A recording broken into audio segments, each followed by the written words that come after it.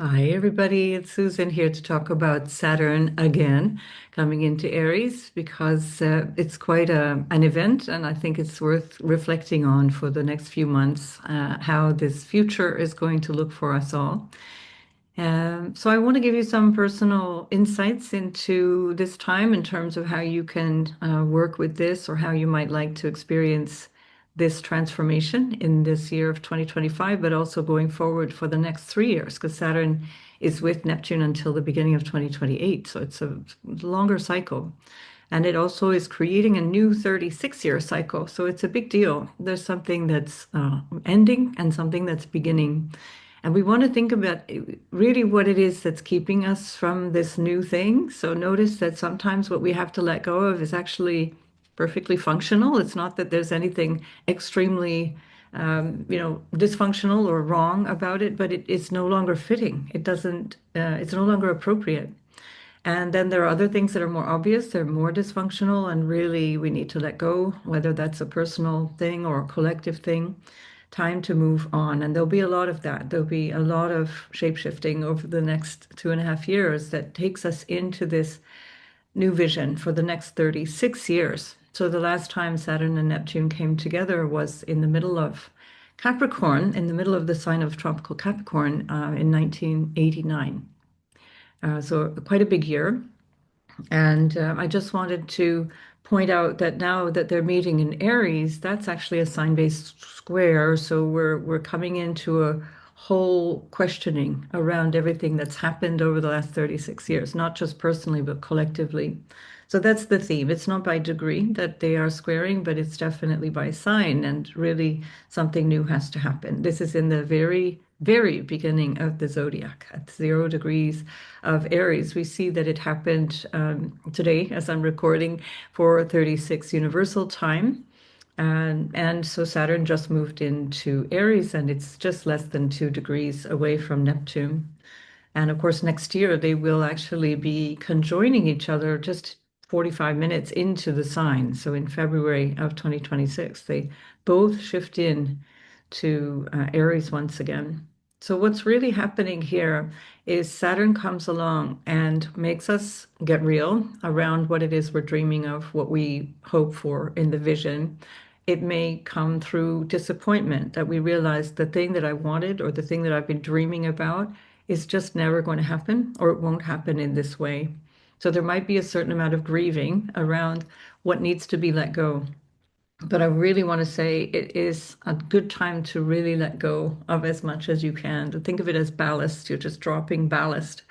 And like even in the image that I'm using for the video, you've got this balloon. Neptune becomes this balloon that Saturn is letting go of. There's a vision that we had that just doesn't keep up to date. It needs a revision. It either needs expansion because it wasn't big enough, or it needs some kind of grounding in something that is going to be sustainable. That's the more likely version.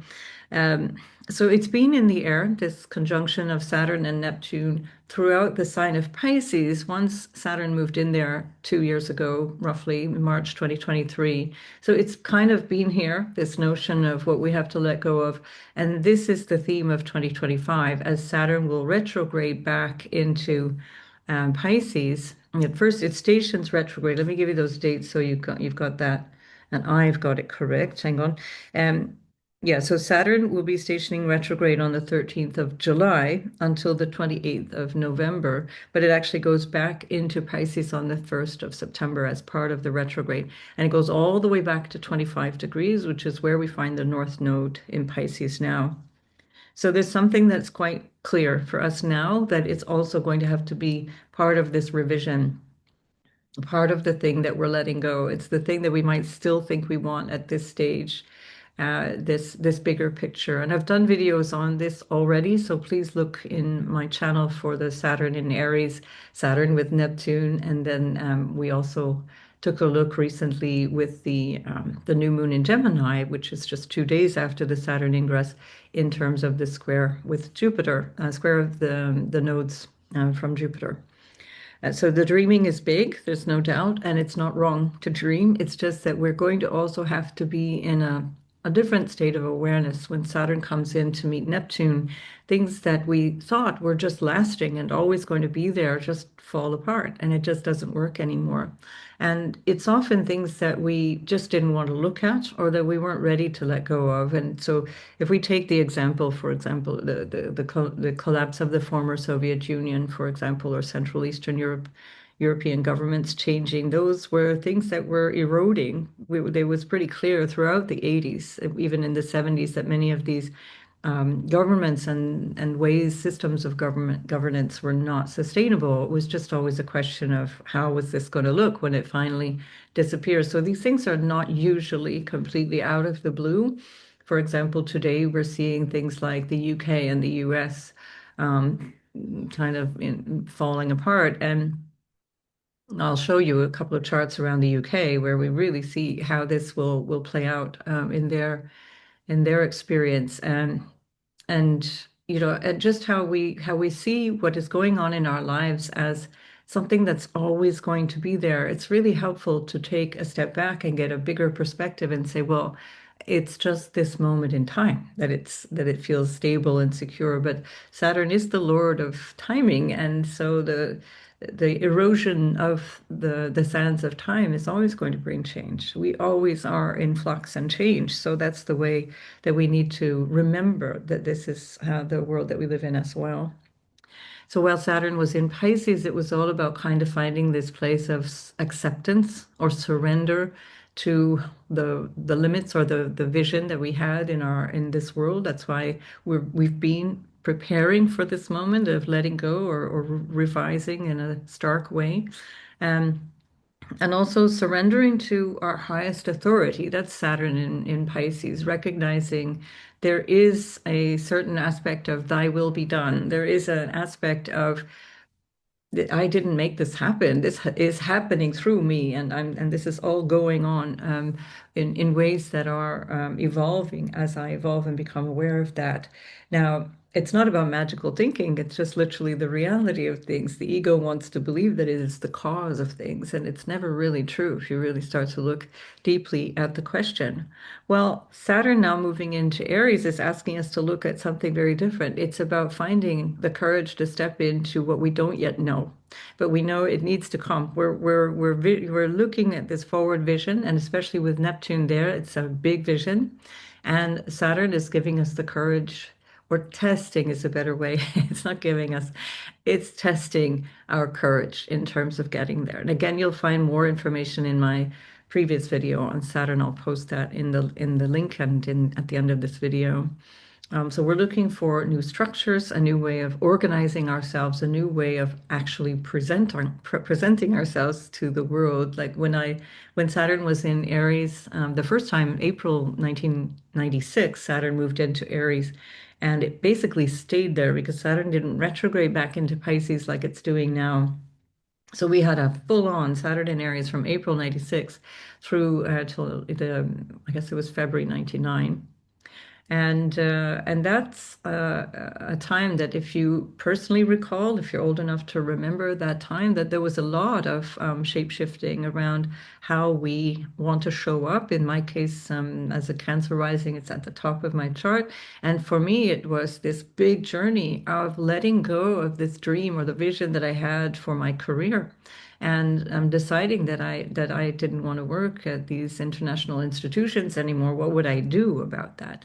So you have this whole loss of identity. This is Aries, Saturn in Aries. I have a new vision for myself, my identity. I'm reconstructing my identity. And now with Neptune there, it's based on something that is much more visionary even than in the 90s.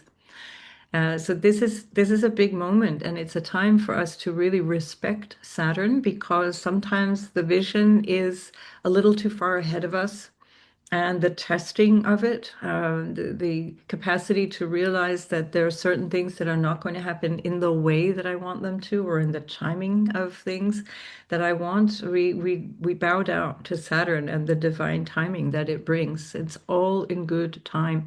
So we have a time of adjustment that gives us a few, well, 2.5 to 3 years of time to figure out what this is going to be.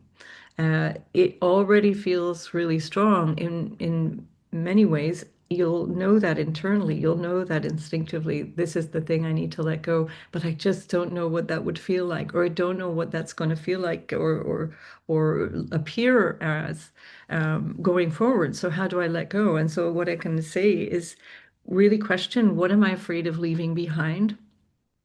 Um, when I was tested, for example, around leaving the commission, and this again is without Neptune, right? So that's a different story, but it's still the Saturn in Aries. Being tested about changing career, for example, you surrender a whole lot.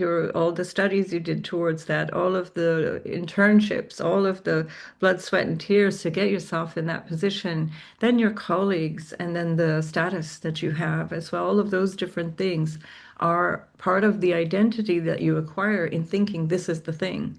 And then when you realize this is not that thing, you have to go in a completely different direction and it costs you. There's some price that has to be paid. So the question is the pain of not being where you need to be greater than the price that it's going to cost you to get there. So when that equation becomes really clear, it just becomes easy to walk away. But you might be in a state where you're not sure about that, or it might feel like 50-50. So you could really start to explore, where do I need to question what I'm afraid of letting go of? And as I said in the beginning, sometimes what we have to let go of is actually fine. It might be a marriage that's not worthy any longer, but it's not necessarily an abusive marriage, or, there might be a job that's just not who you really are anymore, but it's not necessarily a bad job, for example. So think about it this way, it's not because you're doing okay that things shouldn't change. Because anyway, globally, things are changing. So we're going to have to get used to this showing up in a new way, collectively. And this is a collective aspect. At 0 degrees of Aries, the Aries point is always with reference to what's going collectively in our experience and how our personal uh, let's say, perspective on that is impacted by the collective and how we might impact the collective for that matter. So, what is it I need to sacrifice? What part of me needs to be sacrificed, for example? And by sacrificing, it doesn't mean it has to disappear forever, but it will no longer, it goes to the back burner. It's no longer the thing that is uppermost. Um, it's just done. It's been done and it is done. So let that happen in order to become more your true self, aligned with this moment in time, aligned with what your current capacities are. For some of you, that might mean also pulling back rather than stepping up. It might be a time where you have to actually pull some of your energy, your ambitions or your visions back and say, wait, I just need a bit of time to regroup at this stage. So think about that as well. Um, and also the timing issue, the typical Aries energy is quite impatient. It's about having things today or yesterday in my way. And I wanted this, this format and this timing. And this is where Saturn and Aries can be quite humbling. There can be a real ego check with Saturn in the fire signs in general, but especially in Aries. So it's a time to really surrender to the divine, the right divine timing of things. It's part of the sequence. It's part of holding the vision, which is that Neptune, having the vision and trusting that things will come in the way and in the time that is right.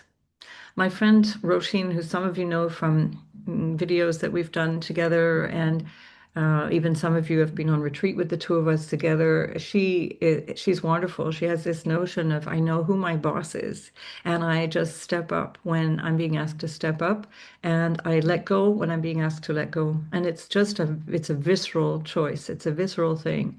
And if we could all live through that and just have that sense of I'm in the hands of God. This is actually the most profound spiritual path, is to recognize and, substitute whatever word you need for God. I'm in the hands of the divine and I'm being guided in every moment. And this is where we have to let go also of the idea that my ego, myself, my vision of who I am is doing all of this. It's a bigger co-creation than just me doing the thing. And this is also not the same as to say that everything is happening to you. There's a participation in it as well. So we have to find the middle ground there.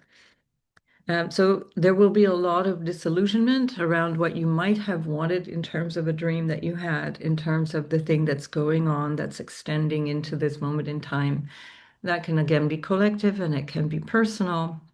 It can be something that you had consistently fought for and struggled for years and years, and now you realize what a waste of time, or why was I doing that? And this is quite good. Notice that that will bring you a sharp shock, a moment of hopefully short pain, short-lived pain, but it's going to bring you to the next thing where you really feel like, okay, I can't do this anymore, letting go here. There's a concept in Indian philosophy which is Sukha Dukkha. So if you are a yoga student, you might have heard this a lot. Sukha is what is nice, and that things that are soft and gentle and easy, easeful. You have this feeling of comfort when there is a lot of sukha in life. And then dukkha is the discomfort. It's the struggle. It's things are a little effortful, and we have to work harder, and we have to sweat a little bit. We have to make this effort. And the way that the philosophy runs is that if you only focus on the sukha, the ease and the gentleness of life and the flowy kind of I get what I want sort of thing without any effort behind that, then later on you get the dukkha, you get the trouble. And if, on the contrary, you turn it around and you work a little harder and you make that effort, you put in the capacity to of forbearance and working, towards your goal, then later you get the sukha. And it's much easier to do this thing up front. Take brush your teeth every day, and you won't have cavities down the line. You'll have good dental hygiene for life. Um, Work out, be active every day, and your health will sustain you over time, even if you don't feel like getting off the couch. But if it's all about food and comfort and being on the couch and being at ease and so on, then later on, when the body starts to break down, that's when the real suffering begins. So this is the Saturn Neptune conjunction in Aries. It's saying, so what can you do upfront that you're conscious of that will alleviate further discomfort later on? So this is the get real moment. Or it's like the moment of pick up your bed and walk, recognizing that there's now a spiritual motivation. Now, again, it's not necessarily going to be clear to you on the 25th of May, or even days after or weeks after this, but certainly within the 10 months or so that we have between now and early March, when this transit becomes, solidified for the next 2.5 years, when Saturn and Neptune finally from February move into Aries to stay. We've got this time to really question, look at all these bigger questions. So take your time and don't be impatient. Know that the change is coming. This is also part of it. Just the change is coming. It's on its way. Don't worry. I did interpret this chart in my previous video of Saturn and Neptune, and you'll find that again in my on my channel. But I just wanted to come back and discuss this in a more sort of metaphorical sense or in a philosophical way as well. Um, the other aspect of this, I'm just looking at my notes here to make sure that I cover these little points that were jumping out at me is, yeah, let me finish this thought about the letting go thing. You walk away from what you know you need to walk away from. So this is the walking away, the testing what I can just leave behind and not fearing that, just knowing this is the thing I need to leave. For example, again, when I left the European Commission, I just knew I had to do that. I didn't know so much how the rest was going to look, but I just had to do that. And it was walking away from a lot of sukha, a lot of comfort, big salary, sort of, whatever comforts you might want to describe in a job, those kinds of jobs have them. And it was just such a heartache. I couldn't do that work. It was not for me. It just was absolutely a screaming no from my body and from my soul. So you just have to walk away. And we're in this phase now because we have this moment in the end of the summer where Saturn moves back into Pisces, or the end of August, beginning of September. for those of you in Australasia, the as Saturn moves back into Pisces, we'll get to review all of the things that we need to grieve and say goodbye to and fully understand and try and figure out why. The post-mortem can happen then. So don't waste your time now. Just move. Keep moving in this new direction and say, I see this is where I have to put my energy. I'm clear on that. I know I'm no longer putting my energy over here. So clarifying how you get to the bigger vision is really important, and the beauty actually of having Saturn with Neptune, because Saturn alone in Aries is pretty heavy. It's pretty heavy. We'll find out later what Neptune alone in Aries is, but we will have a container for it because of the Saturn. So I think it's really helpful also to reflect on just how much of our three-dimensional belief system and world and the material stuff of life, or let's say the material sense of security, how much power does that have over us and over you in particular? Question that and recognize that much of that, the fear of letting go of the nice things, or fear of letting go of a way of living or a way of being in this three-dimensional world, is the reason that you won't grow as Saturn is now moving with Neptune into Aries. So there's a part of you that needs to really look quite hard at where you might, on one hand, think you're very spiritual, but on the other hand, be terrified of losing your stuff.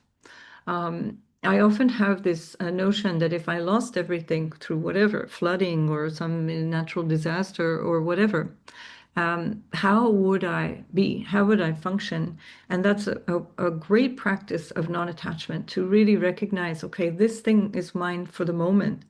And obviously, we're not being frivolous. It's not about walking away from, all of your life, but it's just to say that we have to use things in a way that says, this is mine for now. This is mine for this purpose and this time of my life. But it's not something I need to drag forward. This is cardinal energy in Aries. It's fire, cardinal energy of inspiration and starting something new. So we're no longer really able to carry on and as we did before, to drag our stuff forward as we did before. Uranus has helped us also recognize the heaviness of stuff where we need to cut that ballast and move on. Uranus moving into Gemini then will continue that theme. It'll make it easier. It'll make it much easier to feel that capacity to change and let go. Um, yeah, this also, in terms of the divine timing of things, just trust that you are being loved and supported in the energy around you, that it's not, don't look for the love and support necessarily from the people. Um, I got, for example, when I was changing literally 180 degrees what I was doing in life, I got some really interesting, loving support from people I never expected it from. And I got so much resistance and pushback from other people who I thought would really be there for me to make bigger changes. So it was a really interesting dynamic. So look for that loving support from spirit, from your energy, from your own body. Where's my body? Feeling energized to move in this direction. My energy expands when it's the right thing. It contracts when it's the wrong thing. When you even think about something and you feel heavy and dense and feeling like your choices are limited and restricted, that's the no. That's where you have to pick up your bag, your bed, and just walk away from that. And the expansive energy is the thing that you're going towards. So this is really what this energy is coaxing us towards. The trust is not easy for everyone, for some more than others, but it's definitely something that you have to work at as a skill, trust. And I like to say to people, when something happened to you that you really appreciated. Let's imagine the person that you loved suddenly appears in your life. Well, 2 minutes before, 1 minute before, 1 second before you met that person, you didn't know that they were the one, and you didn't know that this was going to happen. You woke up that day, you brushed your teeth, you did all the usual things, and here we are. this person just appears in your life and something changes. So you didn't create that. You didn't, even if you thought you might have manifested it, you didn't say, Tuesday at 12:30, this is when I'm going to meet my partner, or this is going to be the job that I'm going to be offered on Thursday at 14:46 in the afternoon. It's this kind of thing that you want to really understand, that we're always being invited to participate in life, but we are also not doing this. It's not happening because of us, it's happening through us. So keep that note, the idea of manifesting and so on, keep it there. It's part of the sort of overall direction that we want to go in. But know that there's something that you're guided towards. And that's where you get the nudge from the inside that gives you this little boost that says, go over there, go this way, do that thing, meet that person, go in that direction. Don't go over there. Stop this thing. Go away from here. And it might be a very big go away from here. It might be, moving a long way away, or moving away from a job, and just recognizing that you are now being invited to do something uniquely through yourself. Not everybody is meant to be an employee. And again, depending on your natal chart, that will be very, very clear. So think in terms of, what can I create? How can I generate what I need to feel secure in my lifetime? Right. Yeah, I mentioned the letting go part. Oh, yeah, and Neptune, just so you know, because we said the Saturn retrograde was from 13th of July until the 20th of November, and the Neptune retrograde is from the 4th of July, and that's until the 10th of December, much longer. So Saturn is going to retrograde back to 25 degrees of Pisces, and Neptune is going to retrograde back to 29 degrees of Pisces, 29, 22 of Pisces. So we will have this opportunity to check in and see, well, okay, what do I need to say goodbye to? What do I need to finally put to rest and move away from? This will be part of 2025. This is part of that bigger journey that takes us right through to February, when this becomes the story going forward. So start your offloading now. Start, cutting off the ballast now. Um, I wanted to show you a chart because it's in relationship to this. Before I do that, I'll just give you the dates and then we'll look at these charts. Um, and especially if you're born in these years, and especially the tighter the conjunction that you have, or the square, or the opposition of Saturn Neptune that you have, the more you're going to be feeling the impact of this new cycle. So this new Saturn Neptune cycle impacts all of us, and all the more so because it's at the 0 degree point of Aries, as well as, of course, the bigger support from the outer planets that are changing signs.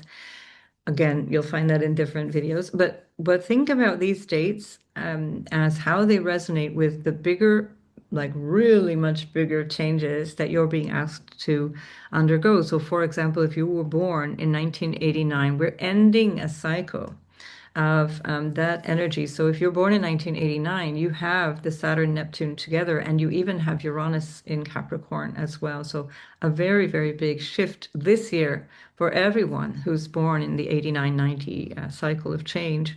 Um, and then and you may or may not have been born, but just think back to what you were doing. If you're old enough like me to remember all these things, um, I know exactly where I was when all these things were happening in those many years ago. And that's the sad truth of aging. And that's the beauty of Saturn. There you go. And then there was a first quarter square for that first initial conjunction that was the 1989 conjunction in Capricorn. There was a first quarter square in 1999. That's my daughter's year of birth. And that happened from very early Taurus to very early Aquarius. So Neptune was in very early degrees of Aquarius, where we find Pluto today. And then the Saturn was actually in just the first or second degree of Taurus at that time. And then a couple of degrees, because they meet up. They get close and then they separate out. So that was a thing that holds, let's say 1999 as a whole. So maybe you were born then, maybe you remember those dates. Certainly, if you're like me and you had your first child that year, that also is, first you leave your career and have your first child that year. That is one thing that you'll never forget. So that was the first quarter square of the last cycle. Remember, we're starting a new cycle here. A conjunction is always a planting of seeds. It's a new cycle. This connection between planets is starting their new synodic cycle. So then we had the opposition. Saturn at that time was in Leo and Neptune was still in Aquarius. Remember how slow Neptune is. So Saturn had moved all the way to Leo and then was opposing Neptune now in the later degrees of Aquarius. So late degrees, Leo and Aquarius in 2007. So remember 2007. Now those were heady times. We still have Pluto in Sagittarius. So those were very, very different times. But it was just on the verge of the bigger changes that we've undergone since that opposition with Saturn and Neptune. And then we had Saturn squaring Neptune, the third quarter square, which came in 2026. And this is one of the charts I want to show you. So the third quarter square from Saturn in Sagittarius and Neptune was in Pisces. So again, already Neptune in Pisces, so slow that it takes this long. So it was into the first few degrees of their signs, Sag and Pisces, 2016.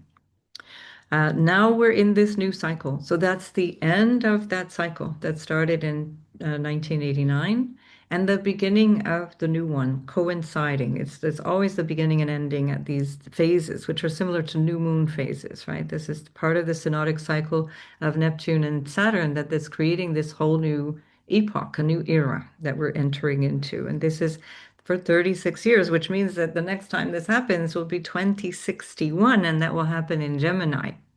I'm not sure I'll be around to see that. I'm getting to this stage in life where nothing that I'm forecasting in the slower moving planets is for sure. But having said that, I nearly died when I was 35. So again, we don't have this sense that we can live forever and we'll experience things until we peacefully die in our sleep at the age of 89 or whatever.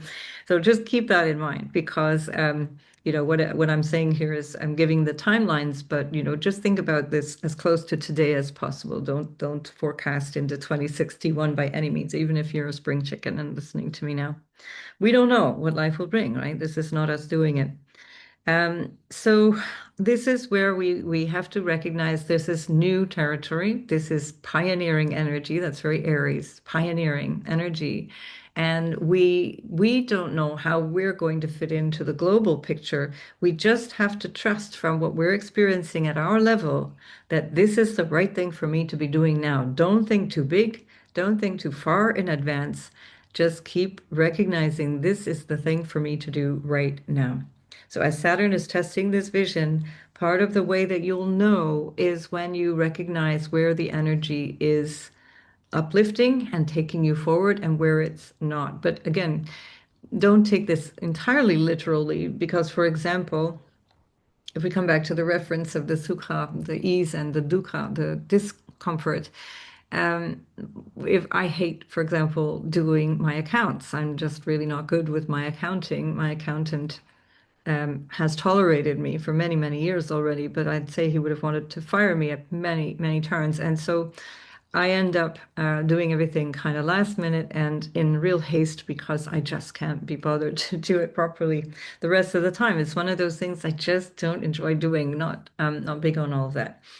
And so it's not to say that you shouldn't do the things that you don't want to do, because some things that you don't want to do are really necessary. So for me to properly do my taxes and to know how much income I have and what's available, I need to do the bookkeeping. There's just no two ways around that. This is the world that I live in.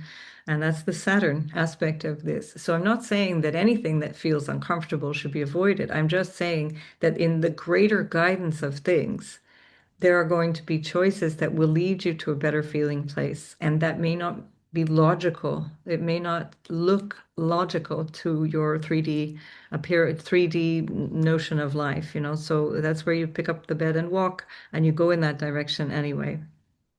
So again, persisting without the need for your schedule to be met. So your timetable it might actually have to be thrown out the window. It could also be that it's not so much that the vision that you have is wrong. It's the timetable for it that is not working for you. You need to question that, or you need to surrender to that. That's Saturn saying, yeah, it's not going to look like what you thought, sweetheart. So I think I've said all the bits that I wanted to share with you. Um, and on a personal note, oh yeah, and I wanted to get to this Brexit chart, but before I do that, I just want to mention that I'm now opening registration on the new moon on the 27th of May. There will now be registration open for my next cycle of the Finding the Heart in the chart, the advanced, well, not advanced, but the intermediate course that I'm doing. So this is a course where I'm going to show you how I look at charts and the ways that I find the important things in the chart that is actually describing the feeling of the individual and the experience of life and what they're learning. So it's not about describing the personality of a person. It's not about just kind of looking two-dimensionally at the different placements, but it's about putting them together in a way that actually produces a coherent interpretation of the chart. And we find the family within the chart, we find the story of the parents within the chart, and we look at all those details and how they impact this individual's lifetime. So that course is actually beginning on the 24th of July at that new moon, but the course registration begins on the 27th of May. And so if you aren't sure of your capacities, I invite you to book a call with me. You can do that through my contact form on the website, and then you'll find that also when you register in the course registration, those details are there as well. And I'll put links for that below this video. So this is for intermediate students. You have to know the basics. And on that front, I've been asked so many times to teach a beginner level astrology course that I'm now going to prepare a first look at beginning to understand astrology and I really mean understanding it, not memorizing things, but really understanding why the things have the meanings that they have. I'm going to teach a beginner level pre-recorded course that will be available on the 25th of June. So it's not available now. I'm recording that now as we speak. Well, no, I'm recording this as we speak, but I am preparing that as you are probably listening to this. So, yeah, what did I need to say about that? I think that'll be it for now. The rest you'll find in the description, and otherwise send me an email via my site and let me know that you're interested or you want to know more details. Now, I wanted to show you a chart just to give you an example of how the timings are shaping up in certain ways. I wanted to show you let's go to Brexit, the Brexit chart. Um, so you may be or may not be familiar with the concept of Brexit. The United Kingdom was in the European, what became Union, first the European Community, um, from 1972 onwards. And then in 2016, they had a referendum. There was a very strong pull away from membership in the organization for a number of reasons. And having been inside of that, the Brits were kind of always the ones to point out the flaws and always the ones to kind of hold back on things, even when they were full members and often a bit of a thorn in the side of the institution. I'm not going to debate whether that was good or bad. It's just the way it was.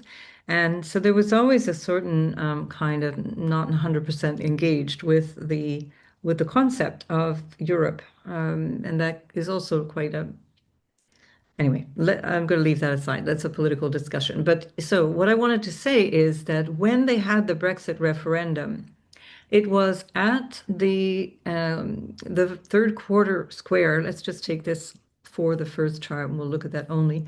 It was at the third quarter square of Saturn and Neptune. And at the same time, Neptune and the south node, ruled by Jupiter, were actually with Jupiter on in opposition to Jupiter on the north node, and Jupiter is it's in its detriment. So Jupiter is not super comfortable in the sort of judgy energy of do it by the board, do everything this way, do it right. It's much more happy in Jupiter ruled Pisces, where it gets to be a little more flowy and do what it wants in its way. It was square to Mercury as well, and Mercury was ruling Jupiter. So we see that everything was at odds here. There was no real clarity. It was all, things were just off at the time of the referendum. Now, keep in mind that when things are off at the time of something being decided for the future, the results will not give you the results that you expect. This was clear from the get-go. Mars was retrograde, Saturn was retrograde. Oh, by the way, Jupiter was ruling Saturn. So we have a Jupiter ruling the Neptune as well as the Saturn that are in a square now, testing this whole notion of what is the right thing to do. And what's interesting here is that we're now moving into a phase where we have this conjunction. If I can just pull up now the UK chart, there we go. This is how the referendum affected the UK itself. Put the UK on the inside and Brexit on the outside. The Sun and Venus, well, again, Cancer representing nationalism, being very strongly nationalistic. And the Sun and Venus were in a square to Uranus.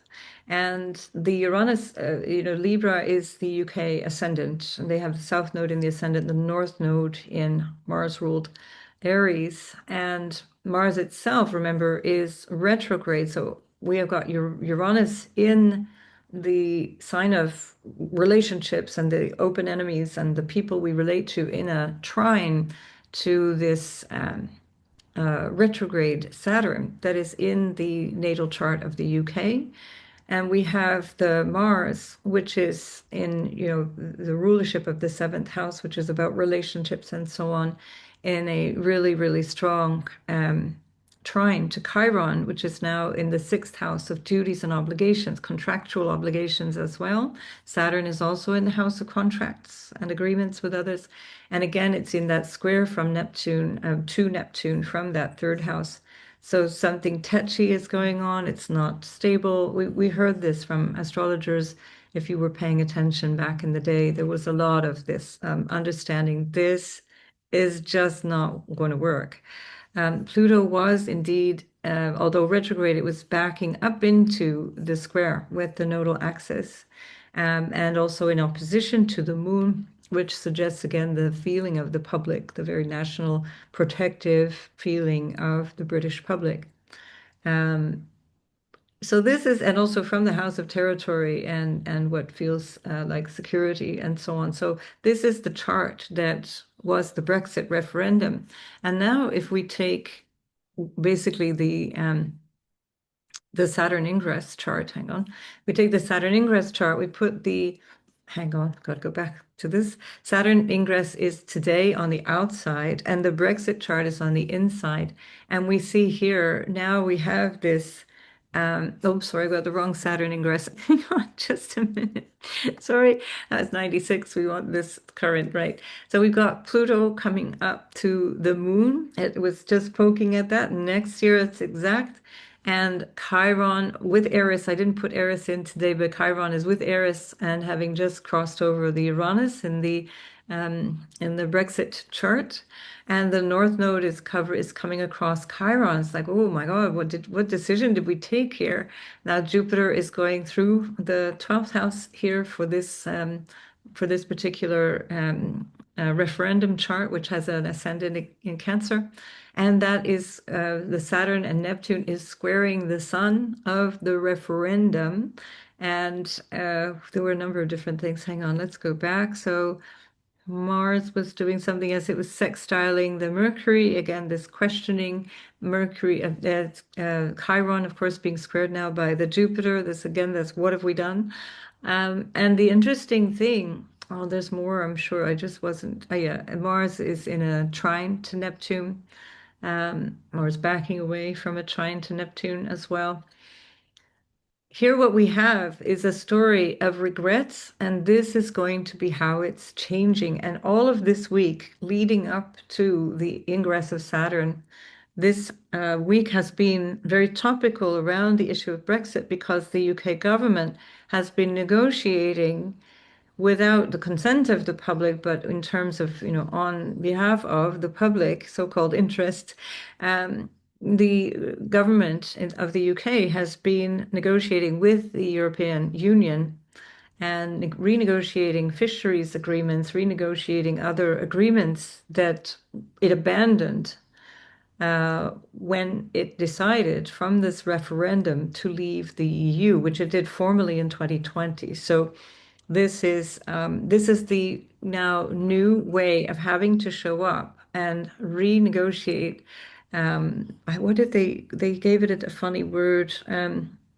It wasn't renegotiate, but it was a reset. That was it. We reset the agreement. So forget the regrets and all of the wishes that this didn't happen because of course it's been devastating for the United Kingdom. They won't admit that in some quarters, but this has been financially devastating for the United Kingdom and of course for so many other reasons.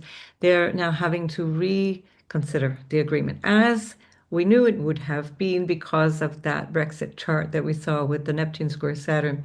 This is where the comeuppance is, and it will complete itself in 2026. So, love to hear your astrological commentary in the comments. I don't really mind one way or another what you think about Brexit. Those political comments are really not what this channel is all about.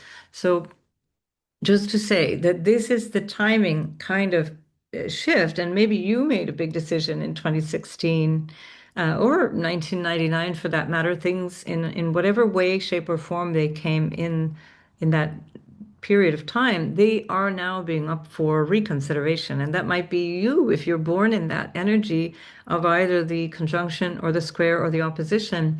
There might be something about you that you're realizing this has to be different now. I have to shape up in a new way. I have to show up in this world in a new way. Was it about getting married? Was it about some project that you established? This is a new cycle. And when I say new cycle, this is a new cycle. This is a big deal kind of new cycle. So I think I'll leave it at that. There are loads of things that I'm sure I'll regret once I've stopped recording that I didn't say to you. But basically, to wrap it up, I just want to say that, just like Brexit, just like just like this moment in time, think differently. We've just come off of the Mercury conjunct Uranus. A week ago, the sun was with Uranus. So there's times now to think in inspired ways, create new visions for yourself, but also recognize that those visions will be tested by Saturn. Think of it as a good friend. Think of it as a friend who says, "Are you sure this is the thing you want to be doing?" And now with Saturn Neptune together, you can go forward slowly and surely in this direction that you're being guided to go into and be courageous. Be courageous and recognize that you can't sit sort of shriveling up in your corner and then later on regret that you didn't do the thing. Don't go in the woulda, coulda, shoulda way of living your life. Don't do that. Recognize that life is here to be played and to be experimented with. These especially are times for that. These are times to stick your neck out a little bit, to be different, to show up in a different way, and to really drop the victim story. That was the Saturn journey through Pisces. Just drop it. Stop it and drop it. And again, in the winter, you'll notice where you might be still holding yourself back from that victim mentality that says, "This is happening to me. I have no choice. I'm stuck in the town that I live in. I'm stuck in the marriage that I chose." Notice all of these things and recognize where, yeah, now it's time for me to pick up my bed and walk. And I don't know where I'm going. I just know I'm being guided towards this direction. Um, so this will come in no uncertain terms as a blow to who you think you are in terms of the egoic self, but it gets you really, really close to who you need to be. And that's the message I think maybe I'll leave you with. I'm going towards who I need to be, not who I think I am. And all of that illusion of self is dropping, dropping, dropping. So Godspeed. I hope it all works beautifully for you so that you can also contribute beautifully to the world that we live in and the evolving world that we're all dealing with. You'll find other videos give you more information around all of these things. And so I just wish you well, and I look forward to seeing you in another video. So thanks for being here.